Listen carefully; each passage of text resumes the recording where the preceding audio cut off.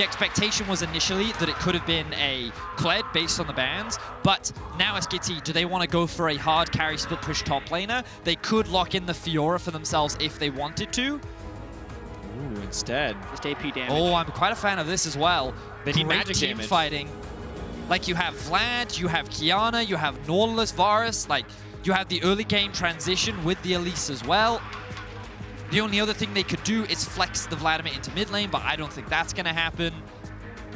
Maybe it's just the stakes of these series, but I'm just fascinated by these drafts. It's champions we've seen before, but the order in which they're getting picked and how much time G2 and SKT are taking to plot out every single move here. The fact that G2 didn't want this game to be about their ability to play Qiayana, but instead was actually, no, you take the Qiayana because we are putting a higher priority on getting Gragas Yasuo for ourselves. They again bring back the flex picks. They have that PerkZ Mickey Yasuo Gragas lane. I just can't wait for this. And this is going to be an explosive early game because the pairing of Elise Qiayana is simple, straightforward, point-and-click gank setup. But Syndra should have priority in the mid lane. The Olaf, what can Jankos do to stop Clid from getting anything done? And what does Mata look like in match point for G2? Can he show up when it matters most? Well, I think Mata will be one of the most important aspects in this early game. Remember that every game G2 have played against a Yasuo Gragas, they've tried to set up a dive. You could not ask for a better dive comp than what you are getting from the side of SKT.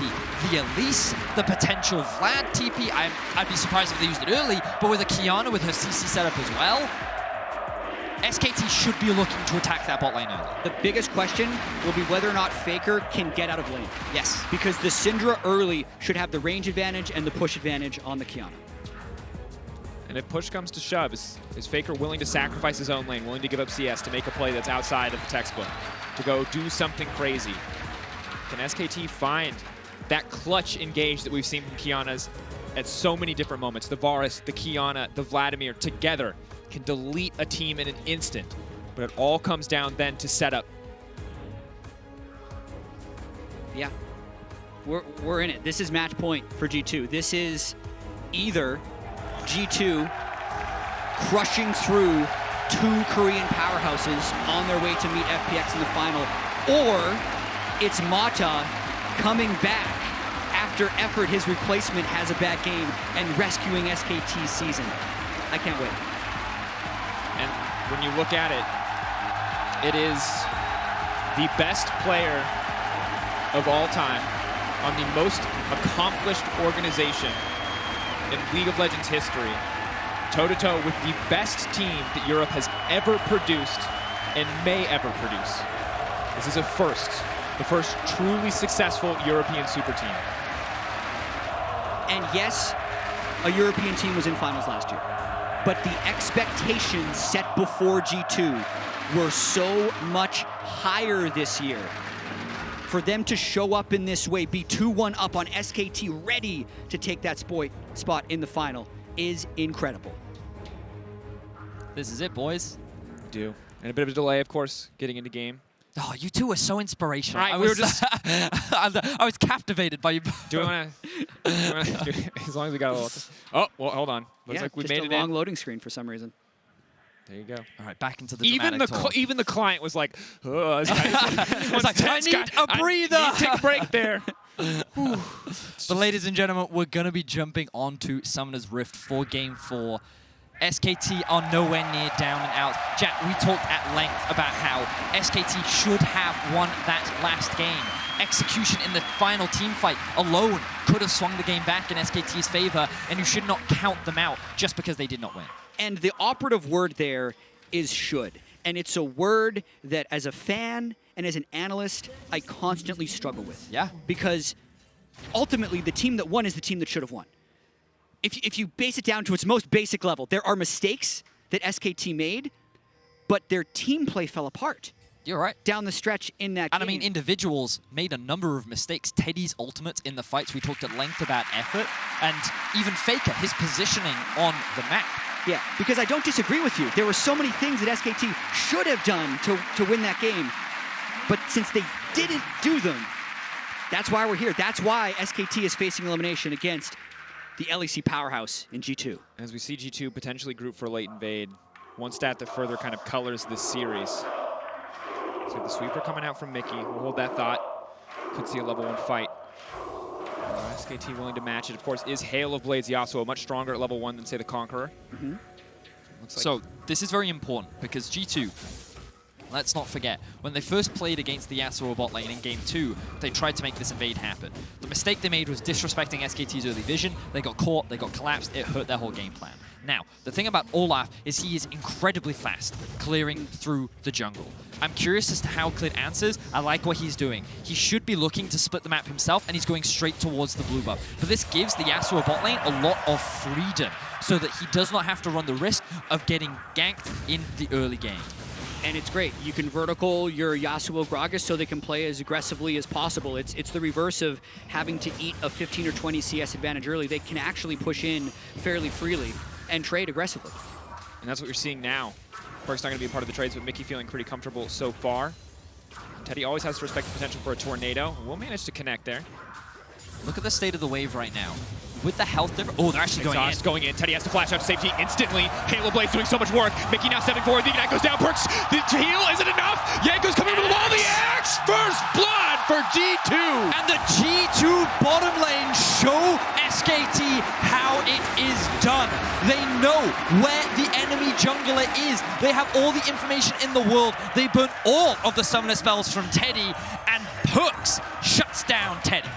Massive start for G2. They attack Mata in his first game of the semifinals this Worlds. They know exactly where to go. They know exactly how to do it, and they get done. Look at top lane though. Clid is in the top side of the map. Wunder is overextended. But it's a level 3 Vladimir. It's fine. He should just be up there. I mean, you're right. And additionally, it doesn't get any easier because Wunder can just opt for the Abyssal Mask early on. They're both magic damage. But as we look back at this one, you can see Hail of Blades allowing PerkZ to get out multiple Qs so rapidly. Goes back, tornado confirmed, easy to land. The heal buys him time, but Flash Axe. I don't think G2 actually expected to get a kill there. I think they wanted to force an all-in just to get a bunch of summoner spells and set it for a dive a little bit later on. But the moment Mickey saw the window where Mata actually engaged onto PerkZ, he could jump on top of Teddy and actually burst him out, giving G2 the ability to find that first blood. And something I want to put on both your guys' minds is, one, when G2 have won Game 1 in a series, it has never gone to Game 5. They've always won in 4 or less. It's a lot of 3-0s, a lot of confident wins. Okay. Additionally, what we've seen from G2 very often in the final games of their series is that they download their opponent and they obliterate them. Now, this is one kill, but the question I want you to keep in mind as we get further, if G2 start to pull further and further ahead, is this something that we can just say is G2's specialty, is blowing people out in these final games? I think that's going to be a question. We've also not seen a Game 5. In the whole knockout stage, Game 4 has ended up being the decider, and G2 also seems to be this team that is impervious to SKT's aura that they used to hold in these best-of-5 series. G2 are the ones to hand SKT SKT's only best-of-5 defeat all year. That was at the MSI semifinal, and here they look to do it again. Oh, great win walk. The reaction speed from PerkZ. That was an Umayan play if I've ever seen one, as he's able to mitigate the gank coming down from SKT. They're forced to back off, and you can see how the wave is just in an awkward spot for Teddy. Wunder doing what he can on the top side. Still trading back well with Khan. Khan can obviously provide a decent amount of wave pressure, but not a whole lot of kill threat up against the Ornn, who just rushed the Negatron. And the 5-minute Ocean. It couldn't get any better for G2 right here, as Jankos is ready to do that with the bot priority. And the full river control. 2 waves up on a Yasuo Gragas lane against an enemy AD carry. The TP is going to come through from Syndra. They want a match. That's going to be big. Jankos is just going to get one shot. Perfect punish for Clid. Caps now moving in on the... Faker moving in on the Caps, rather. Khan TP's down. This is a big turn for SKT. They will not just be run over. They will match G2 for the Drake, and they will take the Ocean for themselves. Excellent punish coming out from Clid. He knows what Jankos is up to. He's seen these Olaf plays before, and he recognizes, wait a minute, PerkZ and Mickey actually haven't left the lane yet. Syndra is back in base. We get to move first, so they do. The only problem for SKT is Khan TP'd into that play. He got nothing for it. Meanwhile, the Ornn set up a bit of a freeze in the top lane, and he's just going to get all this free farm, while Khan is left to get nothing. That's still the type of play that we've seen time and time again in this series, where just as we're starting to have the discussion about this early game advantage potentially leading to a snowball, we see the counter. Clid with exactly the right timing, as Vedius mentioned, punishing it. And I think as far as a Vladimir using a teleport into the Ornn matchup, Ornn's not the type to punish that. So just an amazing thing for SKT just happened. And I think it's important to remember, while this bot lane play has gone great for G2, I'm looking at how the rest of the game plays out. And of course, you're looking at an Ornn ultimate into a Yasuo ultimate, and you're like, okay, G2's team fighting comp is pretty solid. Yep. But Vladimir Qiayana is no slouch either. If you fight around Baron, or if you fight in the right place, there is a very easy opportunity for you to be able to win out on these team fights. The big thing you have to play around is the win wall, because the win wall can interrupt things like the Qiayana ultimate, can mitigate a lot of the damage that comes out from the side of SKT, and these late game fights will be very execution reliant. You see PerkZ pulling back, and I think the thing that G2 are going to have to respect is Faker on this Qiayana. He has the Moby boots. This champion moves across the map like wind. She is so incredibly fast. They have to see what Faker gets done. For now, he's locked into mid lane by caps by the constant pushing threat of this Syndra. But if he gets out, if we see those clutch Qiayana ultimates that have been there all across the tournament, the reason this champion is banned so much, SKT have an easy route back into the game. Where can he move with those Moby boots will be the big question. Mykix. As that's the second time Mykix just kind of very narrowly avoided death with a well-timed body slam. I like that SKT is sending their jungler bot to provide cover for Teddy and Mata so they can push out this wave. I think that they might be looking for a reset now that their summoner spells are back up. Clid can step forward here, but Teddy and Mata really aren't in range. Just a bit of poke down onto Mykix. Oh, they're actually threatening a dive. I like this a lot more. We talked about how strong this dive comp actually is. No TP on Khan, but no TP on Wunder either. So SKT just going to take some plates for now. Faker got spotted both times on that control ward, which is a big boon for G2 to be able to step back up. They don't have deep enough vision into the G2 jungle. I love that control ward right next to G2's red buff. And now with PerkZ at level 6, the power dynamic might shift a little bit here on the bottom lane. Teddy and Mata have the safety of range with a few more levels under their belt, but the Yasuo ult, the threat and the follow-up as Mykix gets closer to 6 as well, means they're going to have to make sure not to get caught out by the exhaust Yasuo. And once again, a very tense game. It felt like G2 were pulling ahead. A beautiful response from Clid on that dragon. And now we are into an even game state. A few plates even going in the favor of Teddy to make sure that he can sit more comfortably in this lane. Remember that G2, their comp is not about snowballing early. Yasuo is very item reliant. Ooh, good flash from Teddy. Comes out. Windwall to stop any follow-up. Mata now has to retreat, but Spider knots his way back to the tower. And Jankos just recognizing the wave is pushing bot. He can come in for a play. With the knock-up onto Teddy, they might have been able to find a kill, but as we mentioned, good flash from him. Now Jankos going to face check, or not. Wow. Good use of the axes there. And a level 6 Olaf is relatively scary to jump on if you don't get the clean one-shot, since he can just void the CC and then return fire. Looks like G2 is just setting up for the Drake for now. They've kind of left top lane on an island. Both TP. Oh wow. So Wunder had Ignite, and I thought that he may overcommit. He may actually go for an all-in there, but decided against it. He does, of course, have the ultimate, and look at the roam from Faker. He has his eyes set on top. Wunder going for the all-in. He thinks he has the all-in. He needs to go in on Khan. If he's going to kill him, he needs to kill him now. Khan flashes back to safety. Faker not going to connect on the ultimate. That's massive. Still, though, the Ignite's ticking down. Wunder will drop, but that could have been everything. Actually, a bit of a misplay by Faker there, which is odd to say. You should always start that gank with an EQ because it'll auto-acquire the Water Blade. So Faker shouldn't have a chance to miss the ultimate, but still gets the kill with the Ignite, and that's a big play, being able to find a roam. A lot of trading in terms of summoner spells up towards the top lane, and ultimately Khan does get away with this one. But you could see, with the Ignite available on Wunder and knowing that the pool has a very long cooldown, he wants to try and force this play. Wunder recognizes that even if he flashes after Khan, he's probably not going to be able to chase him down. So he tries to get away from Faker, but he's not able to do it. And as you mentioned, Jatt, while there was a slight misexecution from the side of Faker, he still ultimately gets what he wants. And Teddy, ultimate could come out. Mata continuing to step forward. G2 have to feel like they might have sniffed this one out, though, with how forward Mata and Teddy are playing. Even with sniffing it out, though, SKT need to be able to get this wave into the turret if they don't want to get denied, because I think they'd still lose a 3v3. They definitely lose a 4v3, so Really good timing on G2's roam here. We don't have vision. Is Elise Yep, still in there the it brush? is. That's going to be the ulti now coming out. The wind wall can't immediately follow. The PerkZ might just get bodied down. The ultimate coming up with the Varus is huge. Teddy is not going down quite yet, but they're going to be able to grab the kill on the back of the Olaf. Khan in the midst of the entire team will just be forced to retreat. Faker now coming down. The Qiayana is now coming in. G2 are now locked down under the tower. Where's the Qiayana going to go? Dashing in. That's going to be one. Invisible with the grass blade. Can pick up another one to go through. Faker cleaning up this fight as Khan runs forward. Tides of blood will not be necessary. Captain Wunder forced to back off. Excellent answer from SKT. Clid does not crack under the pressure and just lies in wait. The moment that Teddy gets ultimate, that is when SKT strike. With a big team fight win, they can convert this into a Drake and claim control over the gold lead. And Mata as well, still deathless despite the relentless assaults of G2 on this bottom lane. While SKT wasn't there at the start of the fight, they were definitely there at the end of it. And the 2-0-1 Qiayana. How many times have we seen a few early kills on a Qiayana just end a game? We'll have to see what Faker can do with this lead. 2K gold in his back pocket can complete his first lethality item as we look back at this replay. And here we see again, Clid, recognizing all these people were coming, just waits. He turns his attention immediately to PerkZ, but the damage is already done. He's CC'd, he's locked up, and while that was a great flash knockup from Mickey, G2 is doing everything in their power to try and turn this in their favor, but the TP comes in from Khan. The roam comes down from Qiayana. And this overcommitment here is ultimately what costs G2, because you can see Jankos gets dragged into the tower, Khan mitigates all of the damage, and that buys enough time for Faker to then arrive. Mountain Blade. Beautiful grass blade after dashing in as well to make it so fire couldn't be returned. But during the replay, we saw Jankos get the Rift Herald, keeping the tempo up as fast as possible.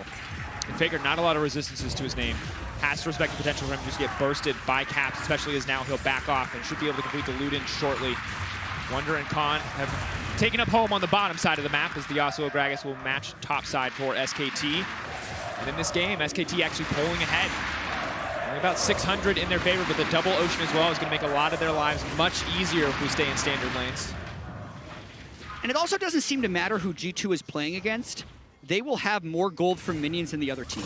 It was their best stat leading into the quarterfinals, and I think it is their best stat now in terms of the ability for people to leave some of their lanes to create a larger denial somewhere else. In this particular game, it was the roams bottom and the vertical jungling that gave them most of their CS advantage, but across the board, Ornn, Syndra, and Yasuo all up on CS against SKT. That's good. That's something that's going to buy them more as they get later into the game. PerkZ, though, has to respect, has to be careful. Can win wall a lot, but he can't win wall everything.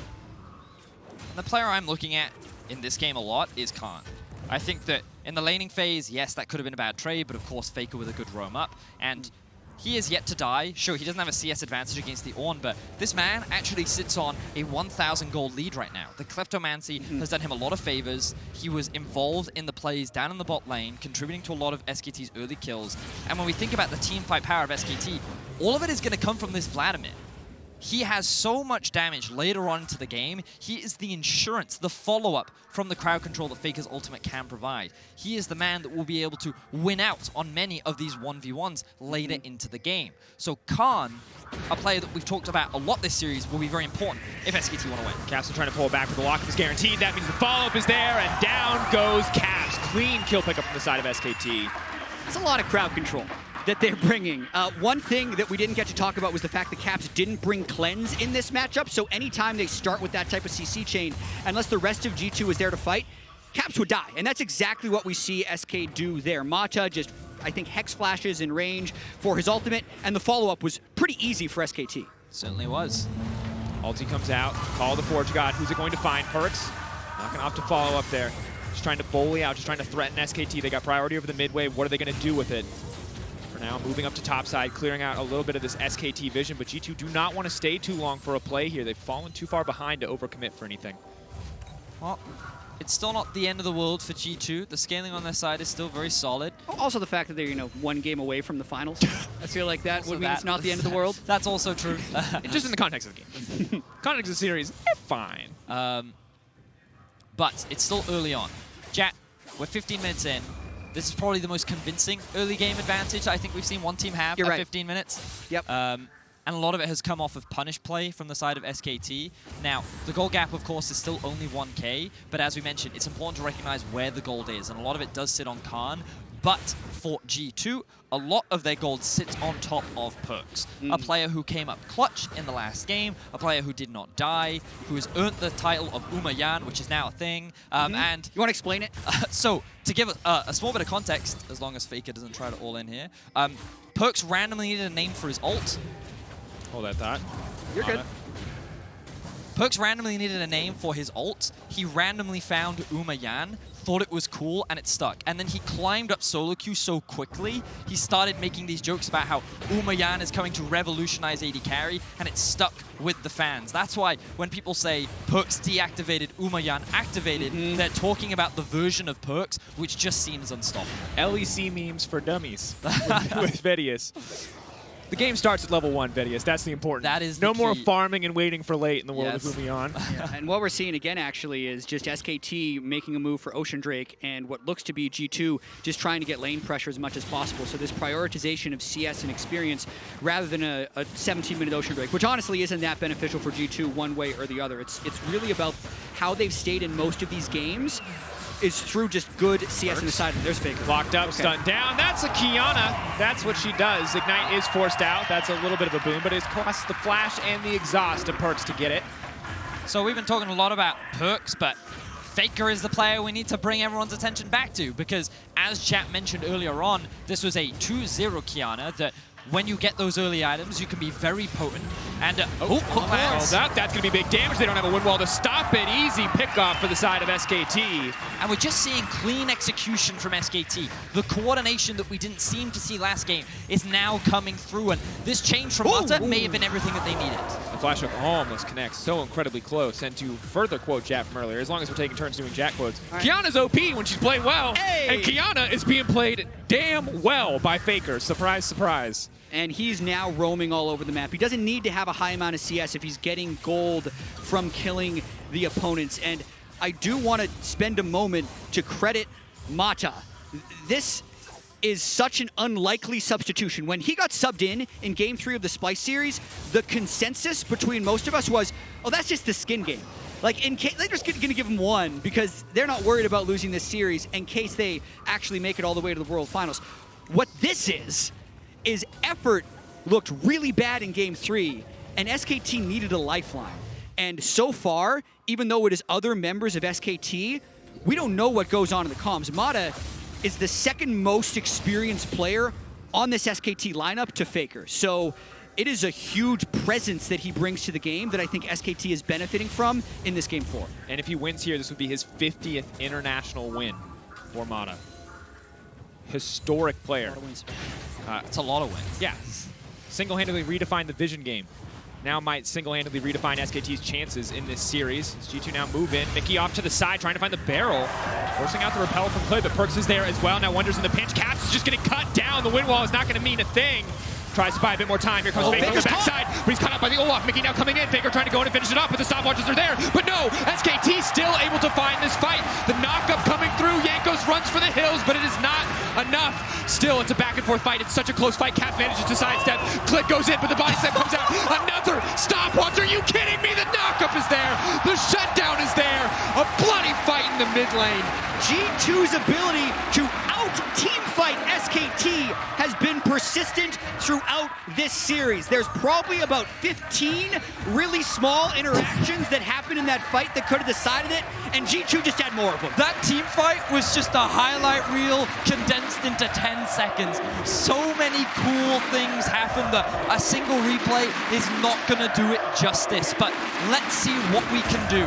Mickey and PerkZ start off by coming in from the flank, and an immediate response from Clid avoids the initial engage. I think the biggest thing, though, was Jankos v Faker. Faker couldn't find access to the flank, which would have just destroyed G2 against the wall with the Qiayana ultimate. In fact, he basically wins the 1v1 against Faker down bottom. But look at the ultimate that came out from Ornn on the top side. He completely cut Teddy and Clid off from the fight, meaning that this was actually a 4 versus 3 for the vast majority of the game. Clid then tries to dive on top of Caps, and it wasn't enough because Caps immediately flashes out, sidestepping the Q. Mickey nearly dies. The stopwatch just before he falls. Oh my word, what a team fight. Yeah, that's a 10. Yeah, I was... oh! Okay. And Mata dies! Yeah, you cursed him! Yeah, Gragas ultimate into death. Wait, could this be Baron now? They're very think strong. about it. You talked about this earlier, Vedius, but the win wall from Yasuo is massive at taking the Baron, mitigates so much of the threat, so much of the damage. Might still want that cooldown in the fights to come, but oh, here comes the Ornn horn. They're caught in the pinch. Mykix can go forward. Faker invisible, wants to pull another grass blade, but this is massive. The Vladimir trying to strike back, but Faker's ult is not going to be effective. Clid now has to run for his life. PerkZ and Caps are still alive. G2 get 2-3 for nothing. Faker missed his Qiayana ultimate in the jungle. So Khan is the one who's able to pick up a fight, but G2 get another advantage. And you can hear the crowd rallying behind G2. Yes, the early game was a little bit shaky. They found some advantages, they conceded some. But this team is momentum-based. When they hear the roar of it, you can just see them performing at their absolute peak. And Jatt, you said it. They are consistently out team fighting SKT. When I saw them in that jungle, I thought, oh, Faker's just gonna kill them all. What? Mickey? It didn't come through. Mickey sidesteps, and now we reset once again. The gold is even once again. Probably a blessing in disguise that didn't land for Mata, because Teddy and Mata were outnumbered if they would have gone into that jungle fight. But now, Faker back trying to push on mid-wave and SKT group around this Mountain Drake. Do G2 have enough active members on the map to contest this Drake? I don't think it's the case. Mata waiting in the darkness. Jankos knows better than to step in. SKT still have no control over Baron. So it's going to be really difficult for them to face check their way into this. But this is where Qiayana and Vladimir are at their most powerful. If they sniff out the G2 Baron and go into contest, it could be a one-shot kind of team fight. One shotgun shot to delete all of G2. But if they mess up, if they mis-execute, the Ornn will tear through this team. Yeah. Beautiful pool. Good pool. Keep in mind, Windwall can also block Qiayana ultimate, so Faker has to watch out for that. Yeah, it can. Flash in, just trying to get the knockup, forcing the flash away from Mata. G2 is playing for cooldowns at this point, but it's Faker on the flank. They're all grouped near that wall. He might sniff out this juicy Qiayana ultimate. Eyes on Faker in the backside. Faker being zoned away once again by Jankos, and the rest of the fight is breaking out. Faker is doing nothing. PerkZ is getting another kill. They're dashing through the shutdown. He's trying to find the kill, but he can't get it back. And this is disastrous. Jankos took Faker out of the fight, but still, SKT win the 4v4. Wunder has to now run for his life. The grass blade zoning Mykix away. Wunder will get taken down. This should be the Baron for the side of SKT. Wunder trying to buy as much time as he can, but it is not enough. That is the shutdown. SKT Baron in their sights. And SKT successfully out-teamfight G2. The execution was not on point this time. They have 4 members alive. Mata is about to respawn. Can they steal this away, or will they concede it? I mean, there is an ultimate for Jankos if we wanted to try. G2 have yet to get a Baron this entire series. Is this the one that will turn it? Is this their Baron to get? Jankos with ultimate available. Won't get a chance. Deleted. Jankos next on the list. Caps TPing into his own death. SKT though, pulling back, giving him that respect. Clid now stepping forward. Wow. Caps manages to find the knockback. Wants to finish off at least 1 kill. Will get the ultimate down to do so. The heal is not enough. But here comes Faker. Goes golden, but just gets to watch his own death in slow motion. Khan on a rampage. And now it's G2 crumbling. They didn't even try to steal the Baron. They just let themselves get killed by Khan as the rest of SKT secured that objective. But let's look back at this initial fight. All right, I was locked on Faker down bottom, and he got zoned out by Olaf. So we're not focusing on that. We're going to focus on the Vladimir, getting all of the damage onto Caps. I don't think Caps' stopwatch was back yet from the previous fight, and then the turret shot is what actually follows PerkZ throughout the rest of the fight. But also, Wunder did not use his ultimate onto Teddy. He used it onto the Nautilus. They overcommitted onto killing Mata, and that is not the target that you can afford to try and shut down. And just, we looked at the game state moments ago, it was this is even, this is dead even, but now it's a 4K advantage to the side of SKT. They've got the Baron to back them up as well. PerkZ moving in on the top side, another TP coming in. They're looking for a pick. Jankos is here too. Faker now retreating. Wunder stepping forward. This is a very fast Qiayana. Caps on the way in. Faker should certainly go down here, but he's incredibly fast. The flash out, not enough. Caps sees it coming, uses the ult and takes him out. Again, Faker not in sync with the rest of SKT. This is the 4th game. SKT have had a Baron, a potential Baron power play, and then been unable to get their setup. Uncharacteristic performance from Faker. Jatt, you and I both expected extremely large things with the return of Faker to the World Championship. We both put him as #1 in our top 20. We both expected him to perform, and this series against one of the best teams in the world, he has made mistakes. Yes, he's had some fantastic plays. That's a big miss. But is the rest of SKT looking to fight? Mickey potentially in trouble here. I mean, Cap's coming in on the flank if he wants. Khan is bottom. Yeah. PerkZ is split pushing. This is the type of thing that G2 has been perplexing SKT with. They're pressuring lanes that SKT doesn't expect them to pressure, so it's pushing them into odd decisions. This time, it looks like they've made a pretty good call to just continue pushing bottom lane, and now Khan resets, buys a pot. He's looking to try and find a massive team He has fight. a death cap. He has a void staff. Khan is incredibly powerful. Not level 16 quite yet, but otherwise everything going in his favor. All the AP he could ever want on this Vladimir. SKT have the tools to win the fight. They just need to find one in their favor. For now, it is the name of the game is the Siege. Can G2 hold on? Only reliable way to clear is the Syndra. PerkZ can try to use the wind wall to buy a bit more time for mid lane tower. Ornn is just back up now.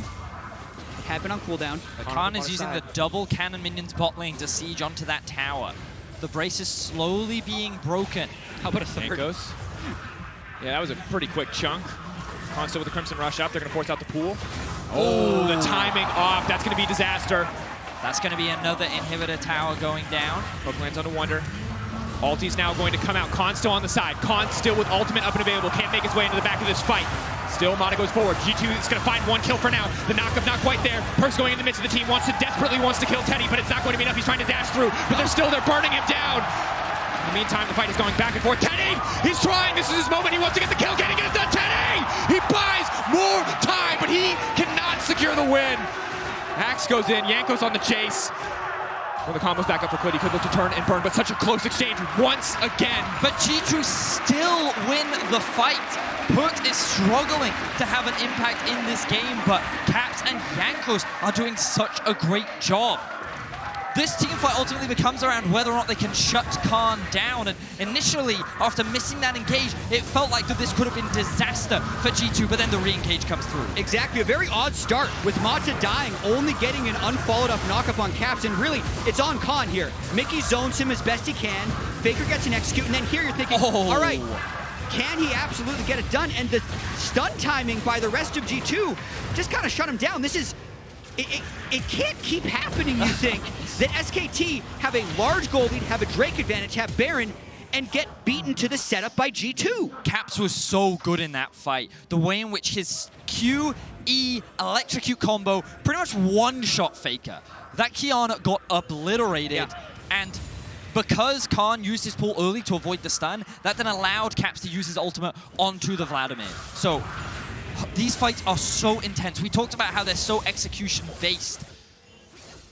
And what is going through the heads of SKT right now? Because they felt like they were in control of Game 3. They were in control of this Game 4. And if they lose this one, their year is over. Faker would fail to make his first final at a World Championship. They can't tilt against this G2 team who just looks completely untiltable. They have been so good at playing from the back foot. SKT will have an advantage, and immediately, rather than G2 waiting for something bad to happen, they make something good happen for themselves. Those years of EUS solo queue coming into fruition against the powerhouse that is SKT.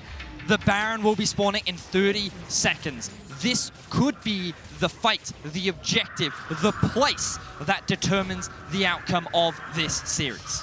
The upgraded Zhonya is now coming in for Caps. One more level for Wunder, and he will be able to upgrade PerkZ as well. Give him the molten on his own. Mata isolated. Mata caught out. Windwall comes in to stop any fallout. Mata knocked back into the wall, but here comes a massive Ornn fallout. The support is dead, but now they can turn the fight. It's Khan on the flank. G2 need to get out of the pinch immediately, or they will go down. Mata's still alive. Mata is living through everything G2 have. But SKT used the Varus and the Nautilus ultimate there, so it was just a 2-for-2 trade with the reset. The Baron setup continues. The cooldown on Wunder's ultimate is at 45 seconds. That's going to be more than enough time for Mata to go back to base, reset, back out onto the map. He'll also be restocked on all of that vision. And the pings are coming down from Mata right now. He's saying, Ornn ult is down, Ornn ult is down. Let's look for a fight because this is the best shot that we've got. Caps at 50% mana should be fine for the fight to come, but Faker running forward. This is the movement speed of that Qiayana. Can run fearlessly into the front line. Has to respect Caps, though. A single stun could result in the death. Ornn upgrades also making G2 more powerful. 3,000 gold of value given just by Ornn being level 16. PerkZ. Windwall comes out, but it's not going to stop the ultimate from going in. PerkZ has to flash out to safety. Mana hits the wall, not quite what he wants, but Khan steps forward. That's the ulti down. That's the ulti down. Now G2 can look to turn the fight. Khan, huge healing coming back. On the back end of that ultimate. Faker now steps forward. Faker now gets taken out. Faker, no! Faker is dead! What was that? Now the rest of the team stepping forward. G2 looking to close this fight out. PerkZ throwing the Windwall over. Tornado comes in, Windwall the block. Clid now taken down. This should be G2's first Baron of the series if they can find it. Clid deleted. Caps unstoppable. G2 on the cusp of making it to finals. Faker dies in what was the most important team fight of this series. The Baron is in the eyes of G2. The smite is not available. G2 eSports come back once again. They will secure their first Baron of the series, and SKT is now on the back foot. Comeback after comeback for G2, and again, Faker can't find what he needs. He flashes for it. The roof, the roof gets blocked. Yes, it's stunned, but the burst is decreased. Yes. And the Sterics also keep him alive. But then, on the backside, Khan was ready to follow up with a full engage. Now that they're down both ultimates, SKT have to run away, and G2, they got the Ornn Horde. They're ready to go back for it. Faker is trapped. He's down flash. He tries to go invisible, but he can't get out. Faker had no escape options. His flash was down. He wanted to re-engage, but his team was not there. And you could see the frustration. His hands are shaking. He realizes the consequences of his actions. And now it is G2 with the Baron buff. There is still a lot of SKT's base that they have to go through. By no means does this mean that the game is won. All it means is that the game goes back to even. But it can be won with one good team fight. G2 have been the ones preventing SKT from converting their Baron power plays. Now they can convert their own. They have the Ornn, they have the Gragas, they have so many initiation tools. And SKT have just been out of sorts. They're throwing ultimates left, sideways, unable to connect on this beautiful team of G2, as now G2 try and make it to the finals. Pressure mounting, PerkZ bringing in the minions in the mid lane. Faker waiting in the darkness, hoping to get something done. Youmuu's popped. We'll be able to back away, though. Using the Edge of Night as well, not ideal. Would have liked to have that in a fight with Caps in the future, but just hoping, desperately hoping to get that pick onto PerkZ. The cusp of elimination for SKT. FPX, G2, SKT, those were the favorites. One of them will go home today. PerkZ pushes in, he breaks the tier 2.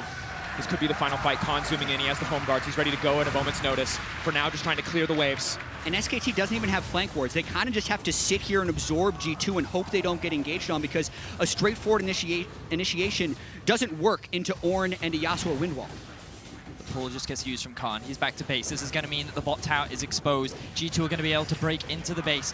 Bear in mind, they have 2 exposed inhibitors themselves. If SKT find a big fight, they're looking for PerkZ. Faker fishing for the flank. Windwall comes through. PerkZ still alive, right in the midst of the Windwall. Just needs to back up a little bit, trying to dash through. That's the knockup. He could get the reset, but no. Mistiming, misexecution from G2 costs him his life. That's the shutdown. Now they have to retreat. Now Khan can hunt, can look for that fight, but instead SKT will just call a stop to the action. So PerkZ gives up his life, but it does mean that G2 can secure the bot in him. The question is, with 5 members alive for SKT, and with a 40-second death timer on PerkZ, can SKT convert this into inhibitors of their own? Can they convert it into an end? Their team fight is incredibly strong. Look at this as well. They're doing the Mountain to open up the Elder Drake as a potential win condition. We've seen G2 win every single one of these fights, which means that if they can force a fight around this Elder, this time they should be able to win.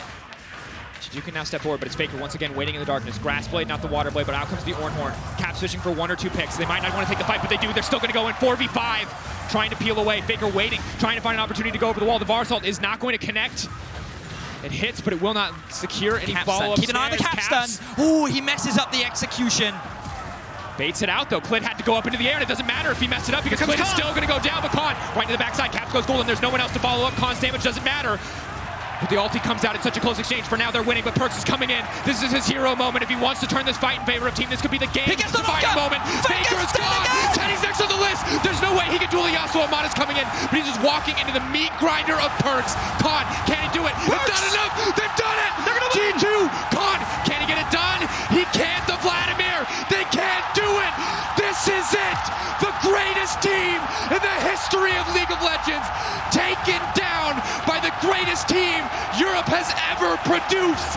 FPX, get ready. G2 is heading